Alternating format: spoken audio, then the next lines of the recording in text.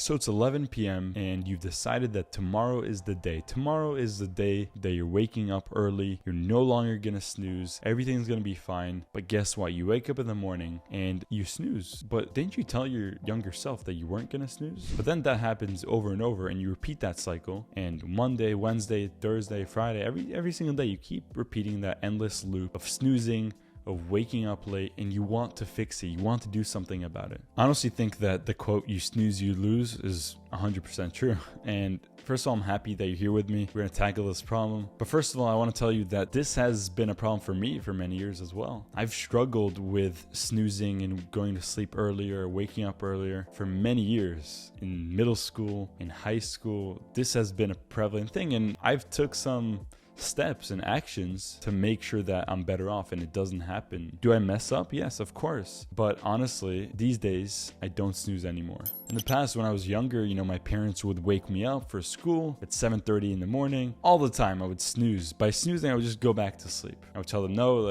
give me 5 minutes, go back to sleep. But the crazy part is, every single time you do that, you feel more groggy, you feel more shitty because it puts your sleep cycle out of whack. Right? So snoozing, although it feels good in the present moment, it never actually benefits you. You feel less productive during the day. Your focus is not 100%. You can't lie to me and tell me that snoozing has positive benefits, etc. Even for the point of you told yourself you're going to do X and you didn't follow through. Even that, putting the science aside, even that is a reason not to snooze. I think snoozing is instant gratification at its finest because you want those 5-10 minutes of extra sleep or 30 minutes or an hour, whatever, how long you take. You want that. But actually, in the moment, it feels good, right? Instantaneously. But this is the opposite of delaying your gratification because in the moment, it feels good to snooze. But then later, your day is going to be shit. You're not going to be productive. You're not going to be focused. You're going to be groggy. You're going to be mad at yourself that you snooze, etc. So I really want to help you with this, and that's why I'm here. So what can you do to actually fix this, to stop snoozing every single day? Step number 0, which is very obvious to this, is to get more sleep. And this is obvious, but you have to understand that you probably don't really prioritize your sleep. And if you do want to wake up earlier, the first thing you should do is set a bedtime and really get serious about that bedtime and set up an alarm on your phone to make sure that you're actually in bed by that time. So many people want to wake up earlier, but they forget that their bedtime is probably the most important factor in getting up earlier and not snoozing, etc. Because no matter what I do, if I go to sleep at 12:30 in the morning and I need to be up by 6:45, there's no way that I'm going to be as, sharp, as energized and ready to crush today. There's no way. So no matter what you do, probably going to sleep and setting up an alarm to go to sleep at a certain time is the most important thing to prioritize. Who cares when you wake up if you go to sleep late? Right? So that is the first thing you do, and set up an alarm and be very serious. Once that alarm rings, just take a second to think, yeah, my younger self told me to do this. I need to follow through. Don't just set up an alarm and forget about it. Okay, so we got that out of the way. That's pretty self-explanatory, but take your sleep time very seriously. The time that you go to sleep, make sure that you actually have a number in mind. It's not just like, oh yeah, between 10 and 11, 10 p.m. sharp every single day. Right? Be very clear with that. The next step to actually crushing this, and this is probably the most important step, is a step that I call wake the fuck up.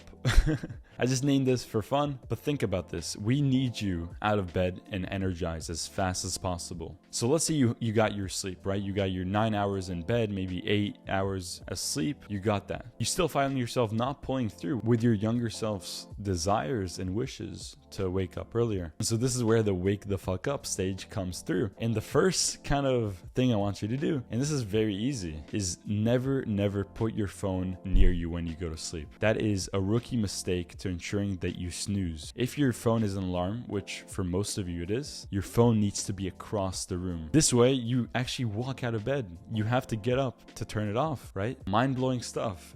But if more people did it, they wouldn't need to snooze. Because once you're out of bed, once you're walking and you're like, shit, I'm already up, I'm already walking, then you need to follow through. You're already awake. What happens to most of us is we leave our phone right near our bed and we snooze. And we're not even conscious, right? We're like half tired. We just press a button and then you forget that you even snooze and it's like 9, 10 in the morning. So prevent that and put your phone, I literally put my phone, I'm looking right now where my charger is, like 10 feet away, 15 feet away, just so I have to walk out of bed, right? As far away as I could, I put my phone. So there really isn't any reason for your phone to be right near you when you sleep. That's kind of the best advice I have for this. And I have another one actually that's really powerful. So you got out of bed, you already got your phone, etc. If you're really struggling with this, I did this to my younger self, is I made a note. So for example, I would write down the day before, like a note of you told your younger self to wake up early, and I would put that on my phone and to remind myself that yes, I actually said this and I need to follow through. I really think it's effective when you write a handwritten note to your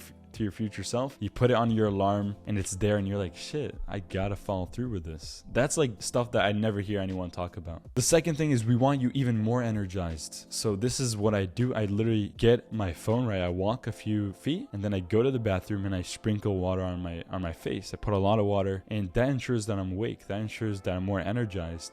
And another kind of bonus that if you want to do, I don't do this anymore, but pair the water thing with doing push-ups after. So you're waking up, you're walking to get your phone, there's the piece of paper on your phone telling you to follow through, and then you put water on your face, and then you do like 20 push-ups. There is 100% success rate of this. I'm telling you right now, there is no way that you will snooze. It's just that most people, they want to get out of a negative situation like snoozing every day and waking up late every day, but they don't have enough courage or willpower or desire mostly to take the actions to ensure that it doesn't happen. I'm telling you, I laid down the plan.